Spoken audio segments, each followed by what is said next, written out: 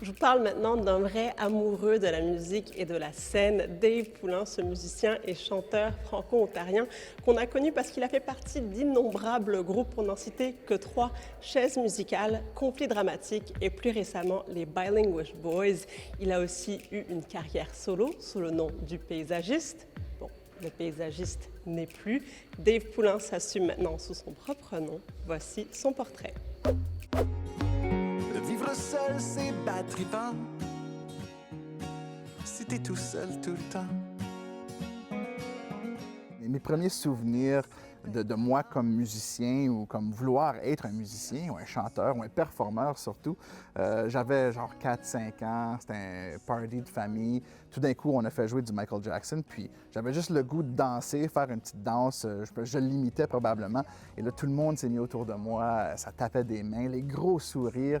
Puis j'ai fini la chanson, puis tout le monde applaudissait. Puis je me suis dit, ah ouais, OK, ça c'est quelque chose qui vient me chercher, que ça me parle, ça.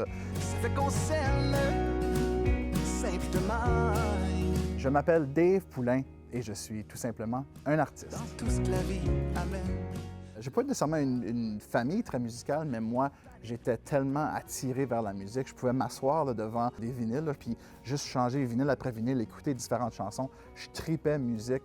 Et là, avec cette performance-là devant ma famille, je me suis dit, OK, si je peux combiner les deux choses, je vais être très, très content. Donc, j'étais vraiment attiré. Bon, je chantais tout le temps, je chantais à la maison, à l'école aussi, devant la classe. C'est toutes ces choses-là qui ont fait en moi que ça a allumé ma passion pour la musique.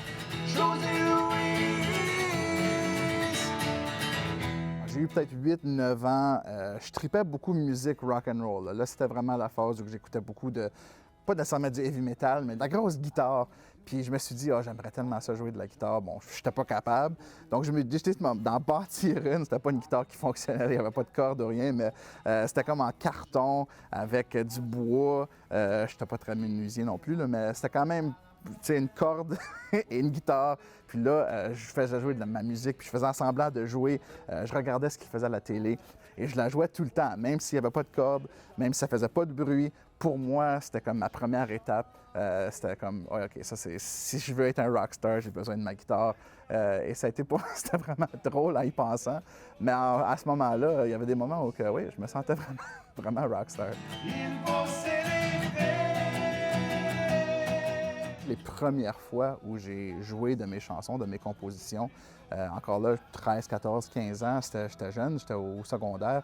Puis les gens, premièrement, ils réagissaient, puis ensuite, ils voulaient les réentendre. Puis ça, pour moi, c'était comme tellement flatteur, tu sais. On était à un feu de camp, quelque chose. « Ah, joue la chanson que tu as écrite. »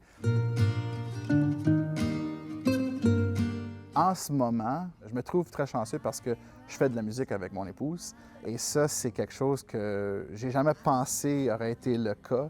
C'est vraiment un moment spécial parce que pouvoir partager ta vie avec quelqu'un, des enfants avec quelqu'un, tes finances avec quelqu'un, et ensuite de ça, de pouvoir partager le cadeau qu'est la musique, de créer ensemble, de faire des harmonies, de faire des spectacles, c'est des moments qu'on peut vivre ensemble, un à côté de l'autre. Je peux l'avoir dans l'auditoire, il y a quelque chose de magique qui se passe là. Mais de pouvoir être dans des projets avec mon épouse, pour moi, c'est un des plus beaux cadeaux que la musique a pu me donner, ça c'est certain.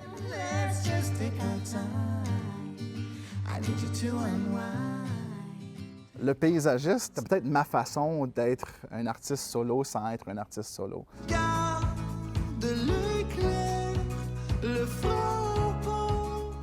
C'est la première fois vraiment que je sortais de cette idée-là de faire partie de band. Toute ma vie, je faisais partie de différents groupes, autant des gros groupes que des duos, des trios. Puis là, je suis arrivé dans ma trentaine, j'avais le goût de faire quelque chose en français, original. Puis, pour une raison où je ne sais pas, mais je n'étais pas prêt à être moi-même. Je n'étais pas prêt à être Dave Poulain. Je voulais un personnage. C'était pour moi vraiment un projet où, oui, c'était des chansons originales, mais aussi c'était comme créer de l'art, c'était pouvoir m'amuser là-dedans. Le paysagiste, c'était ça. Donc, c'était une façon aussi pour me démarquer. Je voulais que les gens s'en souviennent. Des fois, on entend un artiste, puis il y a juste son nom, puis « Ah, c'était qui? C'était Jean-Guy? C'était Pierre? » Donc, je trouvais que le paysagiste, c'était une façon d'avoir quelque chose de mémorable. Les gens pouvaient se rappeler de ce nom-là. Puis là, j'enlève le costume, puis je suis prêt à être Dave Poulain. Mais toujours, j'ai rien contre le paysagiste. C'était un bon ami.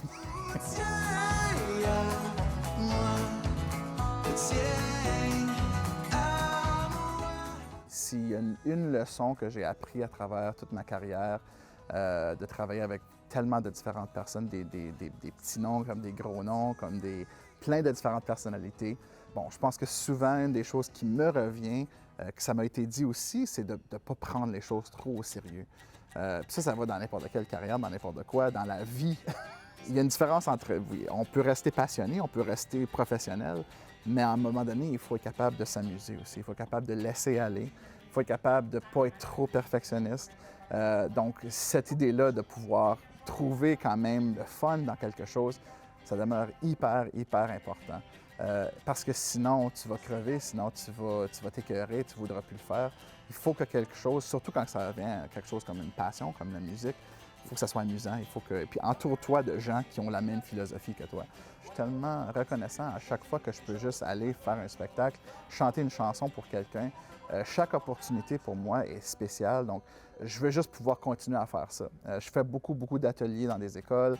J'aide beaucoup les jeunes qui, eux, ont cette même passion-là pour la musique, parce que ça, c'est tellement important pour moi, puis je le vois, là, je vois qu'ils sont allumés, je me vois adolescent dans ces jeunes-là, et je veux leur donner les outils comme moi j'ai eu aussi, ou que j'ai pas eu, les leçons que j'ai apprises aussi. Fait que, pour moi, ça, c'est super important, donc je veux pouvoir continuer à faire ça.